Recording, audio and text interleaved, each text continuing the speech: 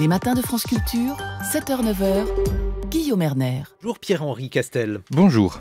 Vous êtes philosophe, psychanalyste et vous avez notamment publié Le mal qui vient, essai hâtif sur la fin des temps. C'est aux éditions du Cerf et je vous ai invité parce que vous avez beaucoup réfléchi sur la peur et ici, lorsque l'on évoque les actualités, il est très souvent question de raisons d'avoir peur, pollution, inondation, contamination et puis terrorisme. On vient d'en parler avec la mort d'al-Baghdadi. Votre regard de philosophe et de psychanalyste sur ces déclarations étonnantes, ces scènes, cette mort donc du chef de Daesh. C'est la chose qui m'a beaucoup frappé en lisant, puisqu'on a parlé de la revue de presse hier, le New York Times, c'était le vocabulaire dans lequel Trump a décrit ce chef terroriste. Il le traite de chien et de lâche, c'est-à-dire précisément le vocabulaire en miroir de la rhétorique islamiste. Et puis il y a un détail quand même qui est extrêmement frappant, c'est qu'on lisait dans le journal qu'en fait ils l'ont identifié avec son ADN sur des morceaux. Ils ont emmené des morceaux du cadavre puisqu'il s'est fait sauter avec une bombe, ce qui fait quand même assez froid dans le dos, comme remarque. Moi, ce qui m'a vachement frappé dans la façon dont les choses se passaient, c'est que quand on se fait des idées du mal absolu, et le terrorisme, surtout le grand méchant comme al-Baghdadi en est une figure, c'est qu'on a vraiment le sentiment que là, on cherche à produire des effets d'inimaginables, c'est-à-dire des choses qui défient complètement les représentations, et donc du coup, on n'arrive pas du tout à penser à quoi pourrait ressembler vraiment le mal. On avait des figures comme ça qui étaient liées aux nazis, à Nuremberg par exemple, des choses comme ça. Là, on en produit d'autres avec la crise climatique globale. Sauf que si on en reste à des images, à des choses qui fonctionnent en miroir comme ça, on n'arrive pas du tout à concevoir à quoi ça ressemble. On ne peut même pas savoir ce qu'il y a de commun, par exemple, entre ces grandes figures du mal, et encore moins à quoi elles pourraient ressembler demain.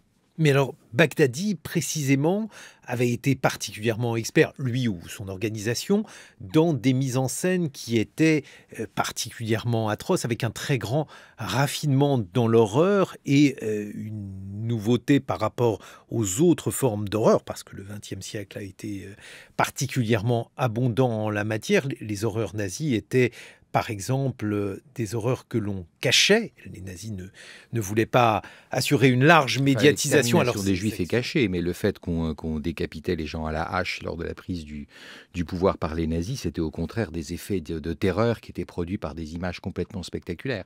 Ce qui est impressionnant quand on voit Trump raconter ce qui s'est passé, c'est qu'il le décrit courant d'ailleurs avec ses enfants, puisqu'il s'est fait sauter avec ses enfants dans un bout de tunnel en aboyant comme un chien terrifié. C'est-à-dire qu'en fait, il produit une sorte d'image symétrique de ces pauvres gens égorgés en tenue orange par les miliciens de l'État islamique, quelque chose dans lequel on joue là-dessus. Et est-ce que c'est le propre des démocraties ou des États modernes que de s'aligner sur le registre imaginaire du mal et de l'horreur de leurs ennemis, surtout qu'en fait, il ne faut pas non plus rêver, aucun État moderne n'a jamais été mis et ne sera mis en péril par le type de terroriste dont on parle là. Non, mais ils nous ont frappés et de manière... Ils tuent des gens, mais ils sont incapables de détruire nos structures politiques. Mais ils ont mis la France dans un état d'effroi, de sidération, avec bien... Oui, mais enfin, il n'empêche pas la tenue des élections, le fonctionnement des institutions, le fonctionnement de l'économie. C'est-à-dire qu'en fait, il ne faut pas se laisser impressionner non plus, précisément par les émotions sinistres qu'ils réussissent à susciter par les crimes qu'ils commettent. C'est pas la destruction du pays, c'est pas la Tchétchénie, c'est pas des histoires comme ça. Non, mais précisément, la peur et l'effroi dont vous êtes un spécialiste, si j'ose dire, Pierre-Henri Castel, n'est pas forcément proportionné. Je n'ai pas dit que vous faisiez peur, j'ai dit que vous aviez analysé. Cela n'est pas forcément proportionné aux dégâts qui sont objectivement causés par ces individus. Et donc, s'il y a matière à réflexion sur les causes pour lesquelles ces hommes, donc là en l'occurrence Baghdadi, mais il n'est pas le seul dans une tératologie de tous les monstres que comporte l'histoire, qu'est-ce qui peut inciter un individu à se comporter de cette façon, à mettre en scène le caractère maléfique de l'homme? Je pense qu'il n'y a pas beaucoup d'incitations d'autres que la jouissance très profonde qu'on peut y trouver. Je veux dire, il n'y a pas de. Quand on m'interrogeait sur le mal qui vient, il y avait une image qui me venait, un souvenir qui me venait d'histoire très, très simple. C'est ce qui se passe avec les nazis pendant l'hiver 44, où ils savent qu'ils ont totalement perdu la guerre, et où, par exemple, les historiens ont bien documenté le fait que les nazis et l'état-major allemand arrêtent les trains qui vont vers l'Est transporter des munitions et des fournitures militaires pour laisser passer les trains qui emmènent les Juifs hongrois à la mort à Auschwitz. Et donc consommant la catastrophe militaire. Et moi, ce qui m'a toujours énormément frappé, c'est que les gens qui ont pris ce type de décision savaient qu'ils ne survivraient pas, savaient qu'ils ne jouiraient même pas de leur vivant du résultat de ce crime. Ça les a absolument pas empêchés de le commettre. Et ça, ce qui me frappe beaucoup, c'est qu'on oublie toujours cette possibilité, cette dimension du mal pour le mal, parce qu'on la pousse sous le tapis en la considérant comme un gadget philosophique ou quelque chose qui n'existerait pas réellement dans la vie et dans l'histoire. Mais justement, le mal pour le mal, Pierre-Henri Castel, vous qui êtes philosophe et psychanalyste, Bagdadi avait réussi à construire un État, mais c'était un État étrange parce que, bon, vous dites, il ne menaçait pas les démocraties au sens où il ne menaçait pas leur fondement, il ne pouvait rien faire pour renverser les États-Unis, la France, que sais-je. Il n'avait pas non plus des véritables talents de constructeur d'État, puisque s'il avait été constructeur d'État, il aurait fait de la politique. Ça, je suis plus sceptique, si vous permettez. C'est-à-dire ? C'est-à-dire que comme nous vivons, nous, dans des sociétés complètement, officiellement sécularisées, on tend complètement à oublier la part que les grandes religions jouent dans la promotion des idéaux de justice. Et d'ailleurs, même chez nous, il ne faut pas l'oublier non plus. On raconte toujours comme ça, c'est Marcel Gauchet qui a beaucoup popularisé cette idée, comme ça, que la démocratie et les formes modernes de la vie politique sont liées au déclin du religieux, en oubliant que non seulement chez nous, mais alors manifestement dans quantité d'autres pays, les idéaux de justice sont portés par la religion. Et qu'autour de ces idéaux de justice, il ne faut surtout pas s'imaginer que l'islam politique, que ce soit en Iran, que ce soit aussi chez les sunnites ou des choses comme ça, ne soit pas profondément animé par le fait que c'est la religion qui porte ces idéaux de justice. Et que ça, c'est un facteur d'organisation politique dont on n'est pas prêt de voir la fin. Oui, ce n'était pas dans ce sens-là que je disais que c'était un mauvais constructeur d'État. Je disais que c'était un mauvais constructeur d'État parce que il n'avait pas réussi à organiser une production, une organisation de l'État telle que la pérennité de cet État aurait pu être... On ne l'a pas non plus franchement laissé faire. On ne l'a pas trop laissé faire et en ce sens, on a probablement eu raison. Mais ce que vous évoquiez avec la comparaison avec le nazisme et ce moment particulier crépusculaire où le nazisme devient un nazisme millénariste parce qu'ils savent que l'épopée du nazisme s'achève et qu'ils préfèrent donc le génocide des Juifs plutôt que de tenter de s'en sortir ou de se battre. Ce moment avec Bagdadi avait commencé beaucoup plus tôt. Il y a une dimension extrêmement millénariste dans ce mouvement, un mouvement qui cherche à hâter la fin du monde plutôt que de construire quelque chose de durable. Là aussi, quel est votre point de vue là-dessus ? Je pense qu'il ne faut pas confondre les images que les gens manipulent avec les raisons profondes d'adhérer à ce type de programme. Les raisons profondes d'adhérer à ce type de programme, c'est que les catégories religieuses soutiennent et permettent d'articuler une des revendications de justice qui sont tellement manifestement bafouées par les États policiers autoritaires, voire totalitaires, qui ont régné partout, en Syrie, en Irak, etc., qu'ils ont nécessairement un avenir devant eux. Et c'est pour ça que ça nous est souvent, il suffit de voir le discours qu'on tient sur l'islam chez nous, c'est souvent une méconnaissance qui d'ailleurs montre aussi la méconnaissance qu'on a des contributions des grandes religions, enfin du christianisme, etc., à la formulation des idéaux de justice, de solidarité, d'égalité, de responsabilité personnelle, etc., qui sont extrêmement actifs et qui l'ont toujours été dans la modernité. Et ça, je crois que c'est ça le point. On se laisse aveugler par la mythologie les grandes images catastrophiques en oubliant qu'il n'y a pas que ce facteur qui est mobilisateur. Ce n'est pas des pantins manipulés par de la propagande. C'est des gens qui constatent des injustices effroyables. Et alors, dans ces conditions, la mort du chef, qu'est-ce qu'elle change? Elle ne change rien. Je pense que, à part les intérêts démagogiques de certains, tout le monde est bien persuadé que ça ne change rien, puisque les situations d'inégalité, d'injustice, etc., qui prévalent, ne trouveront que des catégories religieuses pour s'exprimer pendant encore très longtemps dans cette partie du monde. Et cependant, le chef dans ce type de mouvement, Pierre-Henri Castel, ça n'est pas ça rien. abîme l'image. C'est vrai que ça abîme l'image. Bon. Mais il me semble que personne ne doute aujourd'hui que la mort d'Oussama Ben Laden n'a pas éradiqué Al-Qaïda et que d'autres formes de terrorisme du même genre peuvent se produire. Enfin, je ne pense pas que ce soit une découverte. Vous avez également réfléchi à d'autres formes de peur. Alors, des peurs qui ne sont pas d'origine terroriste, mais des peurs qui conduiraient là aussi à la fin du monde. Est-ce qu'il y a une attitude spécifique à notre époque vis-à-vis de la peur, puisque jamais probablement on a expliqué qu'on avait autant de bonnes raisons d'avoir peur, Pierre-Henri Non, Castel. c'est pas la première fois, puisque on l'oublie, parce qu'en fait, il y a des effets d'amnésie chaque fois qu'on a des grandes angoisses comme ça. Mais rappelez-vous, je ne sais pas si vous étiez né, Guillaume Erner, mais moi j'avais 3 ans, la crise des fusées. Il y a eu des moments comme ça, on était au bord de la guerre nucléaire. Les gens... non, il y a vraiment eu, entre la fin de la Deuxième Guerre mondiale et la découverte de la bombe atomique et la possibilité de l'hiver nucléaire, une angoisse de la guerre entre l'Union soviétique et les États-Unis, qui était une angoisse poisseuse, constante, palpable, qu'on a totalement oubliée et dans lequel s'est formulé pour la première fois le thème selon lequel une guerre nucléaire mettrait fin à l'histoire de l'humanité. Donc nous ne sommes absolument pas les premiers à vivre des temps d'angoisse paroxystique. Sur les temps d'angoisse écologique, là, est-ce qu'on pourrait... Alors la différence, c'est que quand c'était la guerre entre l'Union soviétique et les États-Unis, il y avait le sentiment que ça relevait d'un type d'histoire assez classique, c'est-à-dire d'une histoire politique, dans lequel il pouvait y avoir un militantisme politique pacifiste possible, des accords diplomatiques, etc.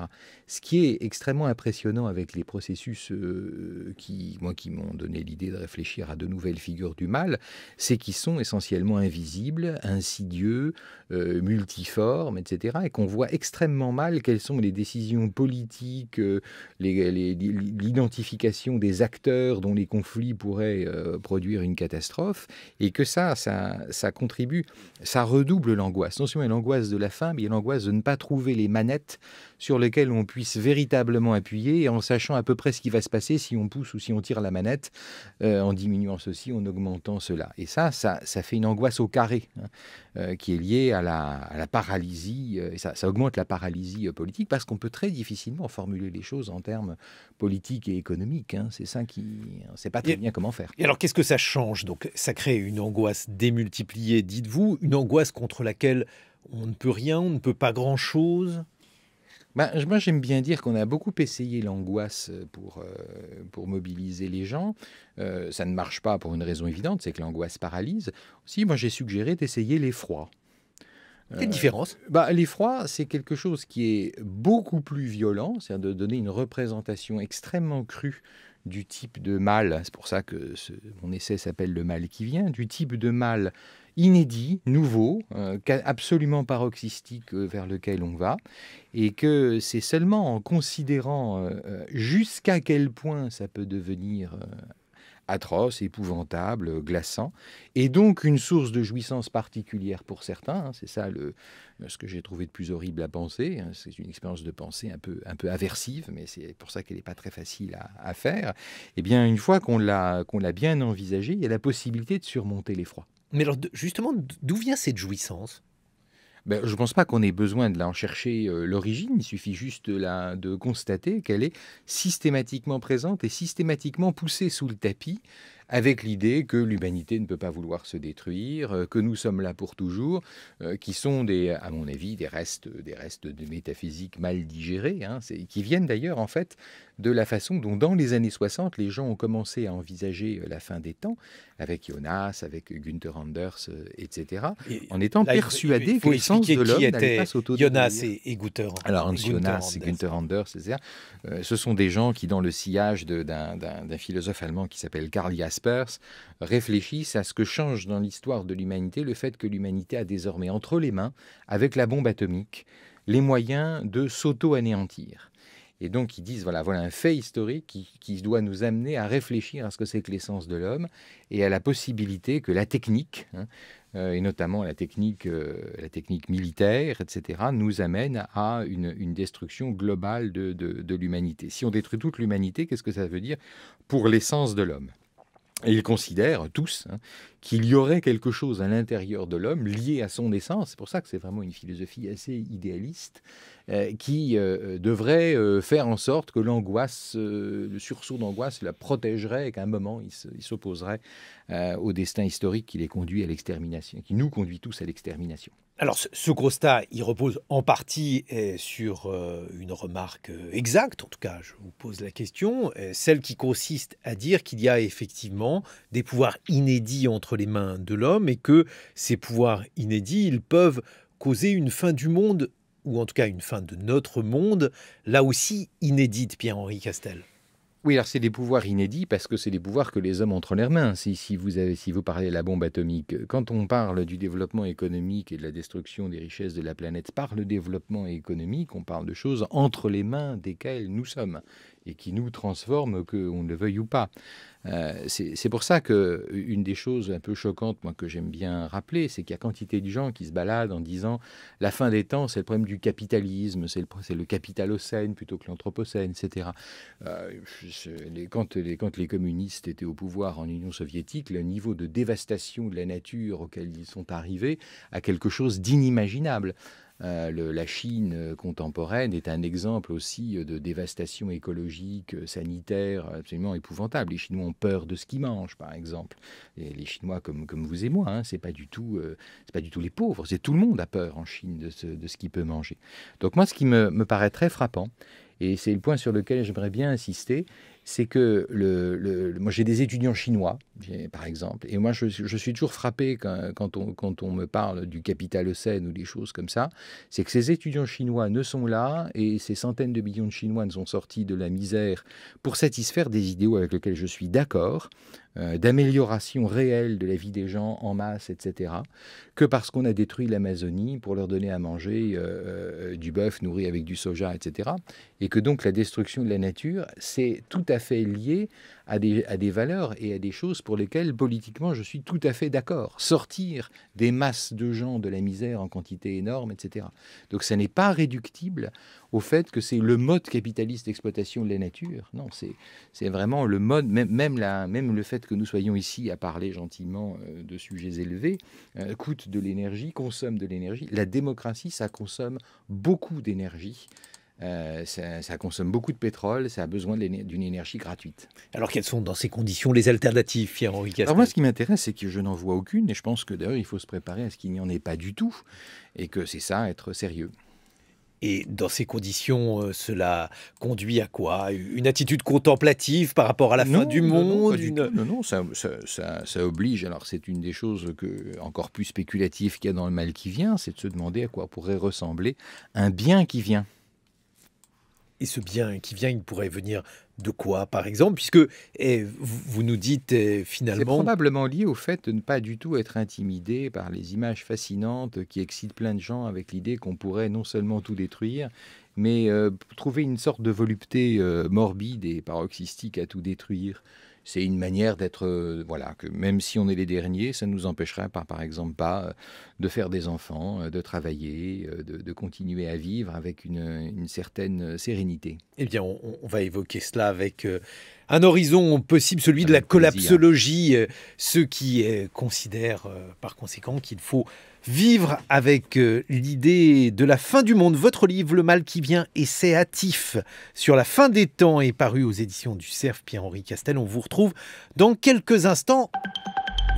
7h-9h, les matins de France Culture, Guillaume Erner. Et nous sommes en compagnie du philosophe et psychanalyste Pierre-Henri Castel pour évoquer une échéance qui est peut-être une échéance moins lointaine que l'on pourrait le croire, celle de la fin du monde. Vous avez notamment publié Le mal qui vient, essai hâtif sur la fin des temps, un livre paru aux éditions du Cerf. Et aujourd'hui, les discours sur la fin du monde se multiplient avec un terme particulier, celui de collapsologie.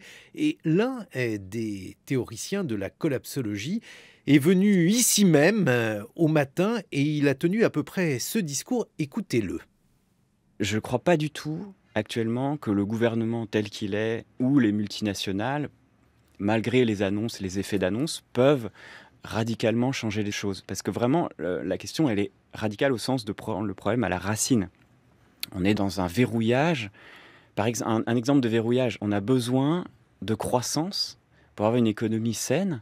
Et donc, pour faire une transition énergétique avec des renouvelables, etc., majeure, on a besoin de croissance. C'est fou. Et un autre exemple, si on respecte la limite de plus de degrés climatiques, j'avais vu ces chiffres, dans les années qui viennent, les entreprises pétrolières perdent 40 à 60% de leurs actifs. C'est un effondrement financier. Si on laisse les énergies fossiles dans les sous-sols, si on décide, les majors de pétrole s'effondrent, toute notre civilisation s'effondre. Donc on est dépendant de ces banques, de tout ce qu'on ne veut pas. En fait, on doit se tirer une balle dans le pied pour survivre. La voix de Pablo Servigne, qui est aujourd'hui l'un des théoriciens de la collapsologie en France. Pierre-Henri Castel, quel est votre regard sur ce discours extrêmement anxiogène, sur le fait qu'il n'y aurait pas véritablement d'alternative à ce chemin tracé qui nous conduirait vers notre perte ?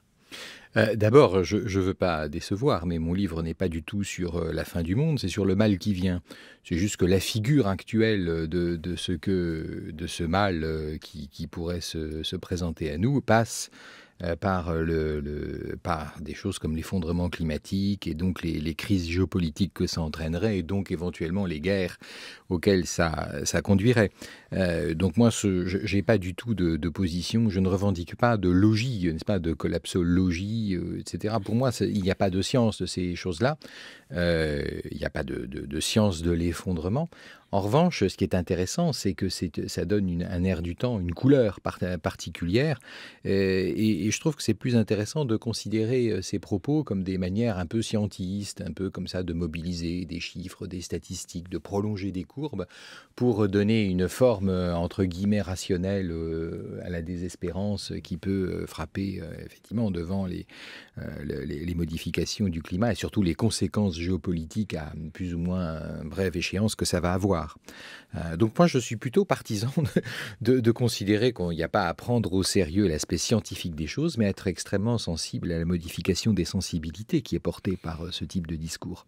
Pierre-Henri Castel, vous êtes psychanalyste. Je ne sais pas si vous avez des personnes en analyse avec vous. Est-ce que ça modifie les imaginaires, les craintes, les anxiétés, les névroses ? Un psychanalyste, c'est quelqu'un qui a des personnes en analyse avec lui. C'est même là ça qui se reconnaît.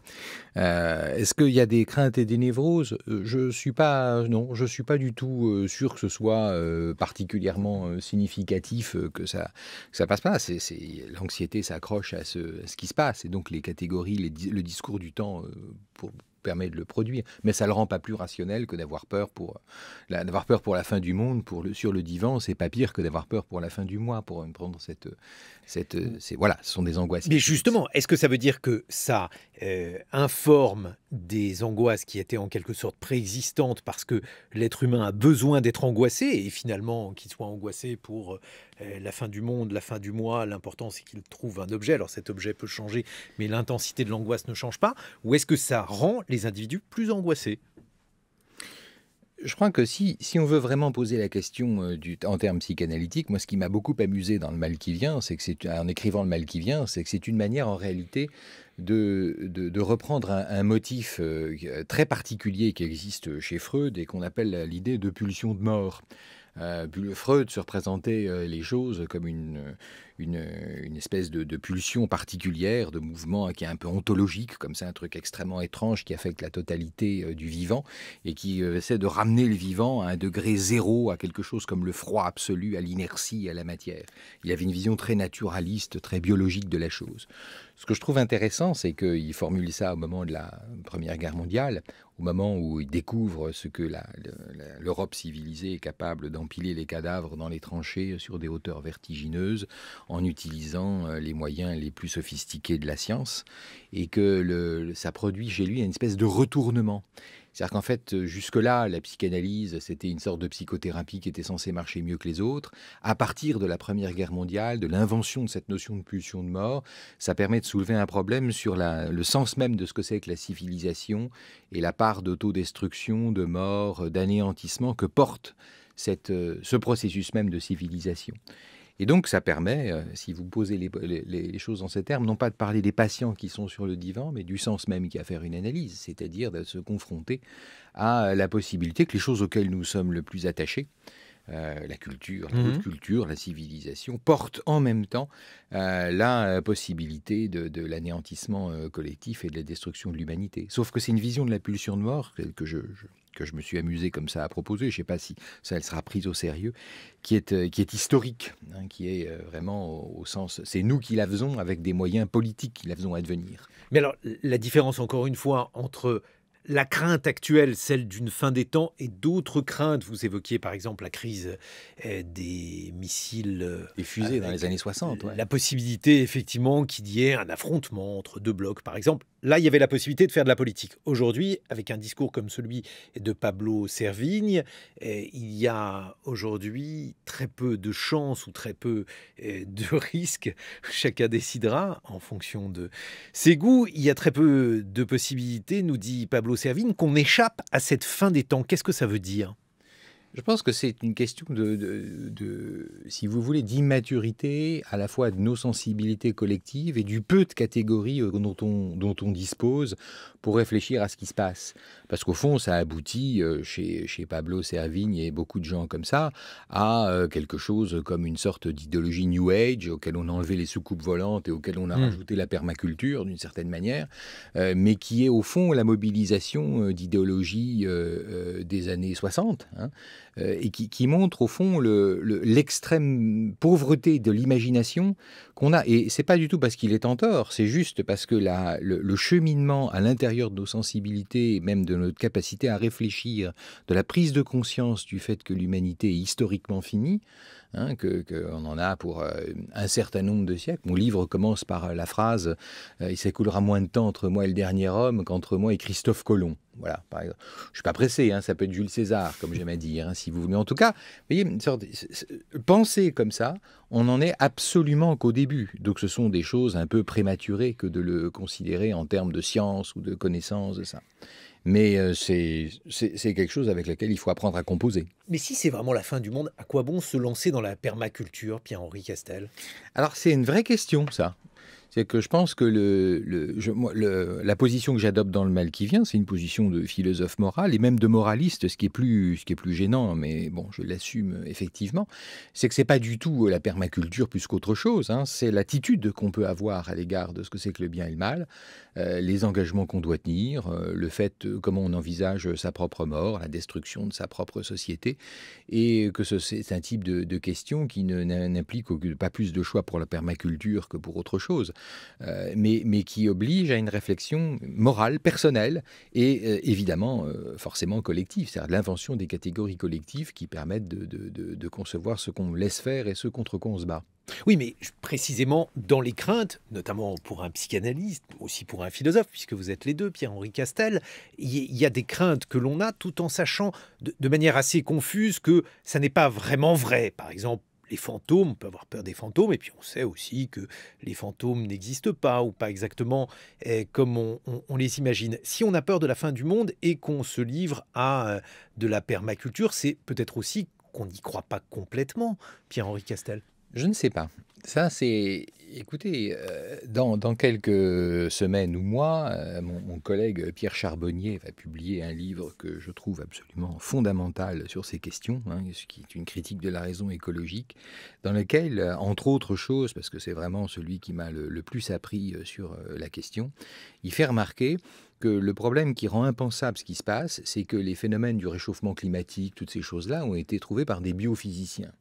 Le fait que la biomasse, la totalité de la matière vivante que la lumière du soleil permet de produire sur la planète, la biomasse sur la Terre, 70% de cette biomasse est appropriée ou détruite par l'espèce humaine, et il reste 30% pour les autres espèces. Par exemple, ce type de calcul, par exemple, qui fait froid dans le dos, comment est-ce que vous le transformez en interrogation économique ou politique? Il manque tellement de catégories pour qu'on puisse construire des leviers qui permettent d'agir entre ces faits-là et ce que nous avons l'habitude de penser en politique ou en histoire ou en sociologie. Il en manque tellement qu'à mon avis, voilà, le vrai enjeu, c'est de les inventer et de les créer. Et je crois qu'à cet égard, je suis désolé pour Pablo Servigne, mais la collapsologie, c'est un écran de fumée. C'est-à-dire que le type de travail intellectuel gigantesque qui est à produire pour transformer ces réalités en possibilité d'agir est entièrement devant nous. Frédéric Seyss. Oui, sur le champ politique, on a l'impression que de plus en plus, on nous laisse le choix entre deux types d'apocalypse. L'apocalypse écologique dont vous avez longuement parlé, et à droite et à l'extrême droite, une forme d'apocalypse migratoire, comme si le déferlement allait arriver sur les côtes européennes et détruire, nous disent-ils, à moyen terme, les sociétés dans lesquelles nous vivons. Quel effet cela a-t-il, cette double apocalypse qui est proposée, sur l'implication citoyenne selon vous? Ça a tendance à la décourager, après tout, tout est foutu, ou ça a tendance à lui donner un coup de fouet parce que voilà, je crois qu'elle la polarise, ça augmente la polarisation. Ça augmente la polarisation, ne serait-ce que parce que bon, il y a un lien, ça c'est sûr, mais il n'est pas si fort que ça. Hein, les migrants qui viennent chez nous, c'est plutôt le haut du panier. Lorsque les gens n'ont pas beaucoup d'argent, ils migrent, mais ils migrent dans les pays voisins, par exemple, hein, avant de venir chez nous. Donc c'est probablement beaucoup plus à mesure que l'Afrique subsaharienne se développera, qu'il y aura de plus en plus de gens qui auront les moyens de venir chez nous. Donc là, en fait, les mécanismes, pour ce qu'on en sait aujourd'hui, sont beaucoup plus complexes que ce qui nous est raconté.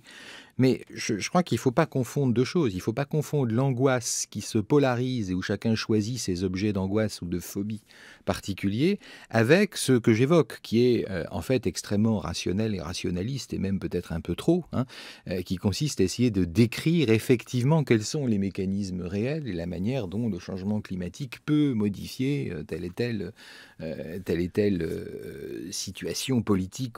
Parce que ça, en fait, on a extrêmement peu de moyens de le concevoir. Et j'aime bien le rappeler qu'en réalité, on le sait très peu. De moyens intellectuels, vous le dites. Intellectuels, de catégories, de comment on passe de la question qui est 2 degrés qui augmente, et puis ça s'est fait. Le GIEC a recruté beaucoup de géographes, de démographes, de sociologues, etc. Mais en réalité, tous disent qu'on ne sait pas bien comment penser ces choses-là, qu'on ne sait pas bien comment produire sur la situation des poignées, des manettes qui nous donnent de quoi agir. C'est pour ça que, et ça, je trouve que c'est vraiment un des apports essentiels de ce que raconte Pierre Charbonnier. Et alors, ceux qui nous expliquent pour différentes raisons, d'ailleurs, qu'ils y croient, qu'ils n'y croient pas, qu'ils utilisent ces raisons dans un but politique précis, ceux qui nous expliquent que nous courons les plus grands risques, une extinction, un effondrement, est-ce qu'il y a une jubilation, une joie particulière chez ces gens-là? On m'a souvent posé la question, parce que j'y vais pas avec le dos de la cuillère dans la description du mal qui vient, que c'est une expérience de pensée très aversive, hein, c'est-à-dire on cherche le pire possible, et une fois qu'on l'a trouvé, on cherche s'il n'y aurait pas encore pire. Donc je vais pas éventer le contenu de mon livre, mais c'est une sorte d'expérience de pensée dans laquelle j'essaie d'aller le plus loin possible dans l'anticipation du plus catastrophique qui pourrait nous arriver, sans du tout m'intéresser au processus, économique ou climatique, juste en m'interrogeant sur le type de mal que ce genre de situation peut déchaîner. Je n'ai aucune volupté particulière à le faire. En revanche, je pense qu'il y a un truc qui est très important, c'est que c'est pas moi qui ai inventé la possibilité d'un égoïsme absolu de quelques-uns quant à la catastrophe, de gens qui veulent que ça aille extrêmement mal pour pouvoir tirer les marrons du feu, eux, leur famille, leur classe sociale, leur groupe, etc. Bon, Et ça, je pense qu'il y a un intérêt très fort, de polémique violente, à le montrer du doigt et à l'appeler par son nom. Bon, ça c'est un intérêt politique, mais un intérêt plus personnel, plus psychologique. Le Cassandre, est-ce qu'il a une joie particulière? Je ne sais pas. En tout cas, j'en ai aucune idée. Je pense que non, l'annoncer, non, ça, je ne sais pas. En revanche, à faire le mal, non pas à l'annoncer, mais à le faire, ah oui, ça, il y a vraiment une joie particulière à faire quelque chose dont on sait que c'est complètement catastrophique pour le principe. Oui, oui. Et alors, comment qualifieriez-vous la spécificité de cette joie, Pierre-Henri Castel? Ah, c'est une jouissance mauvaise. Et comme j'aime bien le rappeler en évoquant les moralistes qui me plaisent, comme Freud ou comme Nietzsche, ça existe vraiment. C'est quelque chose qu'on ne peut pas pousser sous le tapis en disant que ce sont des inventions philosophiques, religieuses ou morales. Il y a des gens qui, par principe, veulent le pire, oui. L'autre conséquence de ce discours sur la fin des temps ou la fin du monde, c'est de changer précisément notre rapport au temps. Pendant très longtemps, on a accusé les hommes d'être trop présentistes, de ne vivre qu'au présent. Et là, il y aurait du coup un intérêt de plus en plus accusé pour le futur. Là aussi, qu'est-ce que ça change selon vous, Pierre-Henri Alors je pense Castel? qu'il y a c'est ce sur quoi mon essai se termine, c'est que je parlais tout à l'heure de la pulsion de mort. La pulsion de mort chez Freud, c'est un truc assez rigolo parce qu'en fait, ça veut dire que le vivant essaie d'avancer et il est toujours rattrapé par l'état antérieur de la matière, par l'inertie, etc. Moi, ce que j'aime bien penser, c'est que la pulsion de mort vient du futur, que c'est pas nous qui allons vers la fin des temps, c'est la fin des temps qui vient à notre rencontre. Et que cette espèce de mur de la conscience du fait que nous sommes comme espèce et civilisation finis, hein, que nous nous rapprochons de cette fin, à mon avis, a un effet, alors je ne saurais pas l'expliquer complètement, hein, c'est un essai et puis c'est des hypothèses que les lecteurs feront ce qu'ils voudront, mais qui modifie complètement le rapport que nous avons à notre propre présent. C'est comme si des ombres particulièrement mauvaises, des ombres négatives tombaient du futur sur le présent. Et ça altère profondément la façon dont nous vivons parce que ça tue à la racine la croyance qu'un progrès quelconque, qu'un bien nous est promis, qu'un salut nous est promis. Et il y a une très jolie formule de Günther Anders qui parle de l'apocalypse sans royaume. C'est-à-dire que c'est l'apocalypse, mais sans la promesse de la restitution d'un monde meilleur et parfait plus tard. Bon, mais alors ça, c'est une époque crépusculaire, ça n'est pas quelque chose de complètement nouveau dans les écrits psychanalytiques. Freud, il avait quelques raisons d'ailleurs Oui. à le faire dans Oui. Malaise dans la civilisation ou dans d'autres de ses ouvrages. Pierre-Henri Castel, il y a des visions qui sont des visions extrêmement sombres. Encore une fois, je pense que son pessimisme se justifiait. Est-ce que ça veut dire que ce crépuscule-là, il est de retour? Oui, alors vous me disiez tout à l'heure, est-ce qu'on est pessimiste quand on est comme ça? Non, ça veut juste dire que si nous voulons être heureux, nous avons peu de temps. Et que donc ce qui se passe là, c'est quelque chose qui est entre nos mains. Et je pense que c'est une manière, en présentant les choses de cette façon extrêmement crue et brute et noire, c'est une manière aussi de présenter demain, non pas après-demain ou dans quelques siècles, demain ou après-demain, comme la seule occasion que nous avons de réaliser ce qui nous tient à cœur. Alors, à ceci près que les écrits de Freud, qui étaient particulièrement pessimistes sur l'avenir de la civilisation, relevaient d'une vision pessimiste de la nature humaine, de la nature des foules. Là, des foules, oui. il C'est s'agit d'une conception pessimiste des actes pas forcément intentionnels des êtres humains, parce que dans le Oui. discours collapsologiste, il n'y a pas véritablement d'accusation d'inconscient de l'être humain dans sa volonté de détruire la nature. Qu'est-ce que ça change? Ça change que ça met complètement à nu le fait que la réflexion politique, c'est-à-dire la manière dont on peut construire collectivement des réponses à ce qui est à notre portée dans les situations actuelles, je suis frappé par l'extrême pauvreté d'imagination quant aux modalités nouvelles d'organisation des collectifs qui sont nécessaires à la réponse aux situations dans lesquelles nous sommes. frappé. C'est qu'en recyclant des vieux trucs sur les utopies villageoises ou des choses de ce genre, qu'on est capable de porter une réponse qui soit à la hauteur des défis.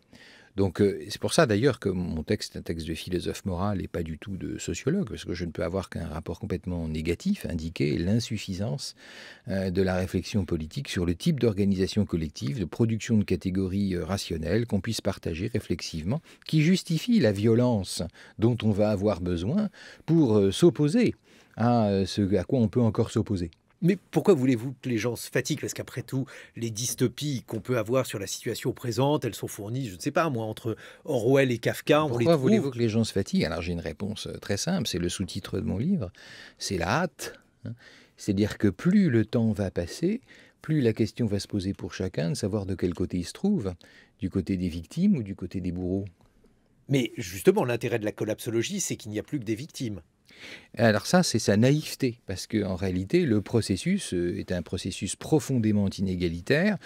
Comme disait Jean-Baptiste Fressoz, il ne faut surtout pas s'imaginer que le Nord... Un historien de l'écologie. Et aussi, on peut même dire un sociologue, un philosophe de ces questions-là, il disait très bien, très justement, qu'il ne faut surtout pas s'imaginer que c'est la Terre en entier ou la planète en entier qui va s'effondrer. C'est d'abord le Sud, et pas le Nord. Ensuite, au Nord, ce sera les pays développés et pas les pays moins développés. Puis à l'intérieur de chacune des structures, de manière très feuilletée, comme ça, ça va tout simplement faire exploser les structures d'inégalité qui structurent le monde contemporain. Et donc, de ce côté-là, c'est tout à fait... Il y a des tas de choses à faire. Oui, alors là, c'est très important à rappeler.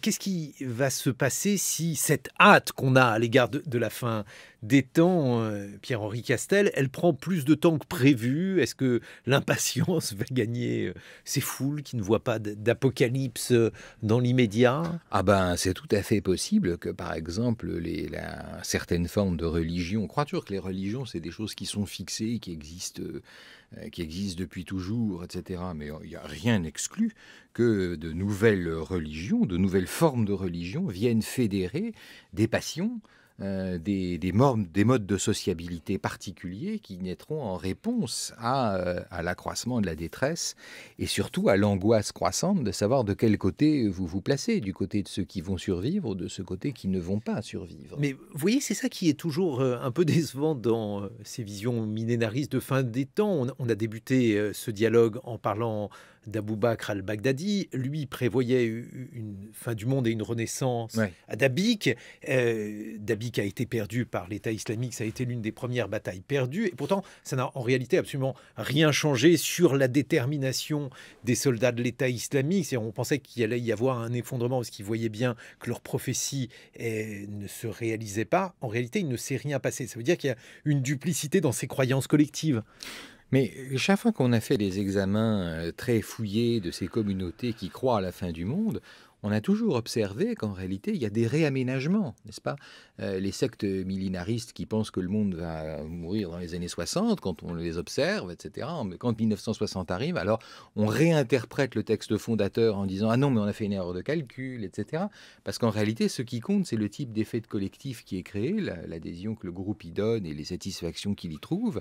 Et ils préfèrent préserver ces espèces de liens et notamment, c'est certainement un des ciments psychologiques des collectifs terroristes. Ils préfèrent conserver ce type de lien, quitte à réécrire le moment où la fin des fins et la justice arrivera sur Terre, et à le reporter plus tard, ou à dire qu'il y a une épreuve à traverser, etc. Et c'est la raison pour laquelle le millénarisme, qui est une des formes de la religion, pourrait bien, j'en sais rien, je ne suis pas du tout prophète, pourrait bien être une des formes politiques nouvelles, émergentes. Il n'y a aucune espèce de raison de croire que les religions, leur liste est déjà déterminée et que rien n'apparaîtra dans le siècle qui vient pour répondre à ces situations d'angoisse et créer des sociabilités qui permettent d'y répondre effectivement. Vous n'êtes pas prophète, mais vous êtes psychanalyste, et pour Freud, dans L'avenir de l'illusion et dans Malaise de la civilisation, l'une des meilleures manières justement de souder le collectif, c'était non pas le millénarisme, mais une haine déployée. Entre le millénarisme et la haine déployée, je crois qu'il y a la conséquence est bonne, comme on dit en logique, n'est-ce pas? C'est même à ça que ça sert. Pierre-Henri Castel, Le mal qui vient, essai hâtif sur la fin des temps, c'est paru aux éditions du Cerf.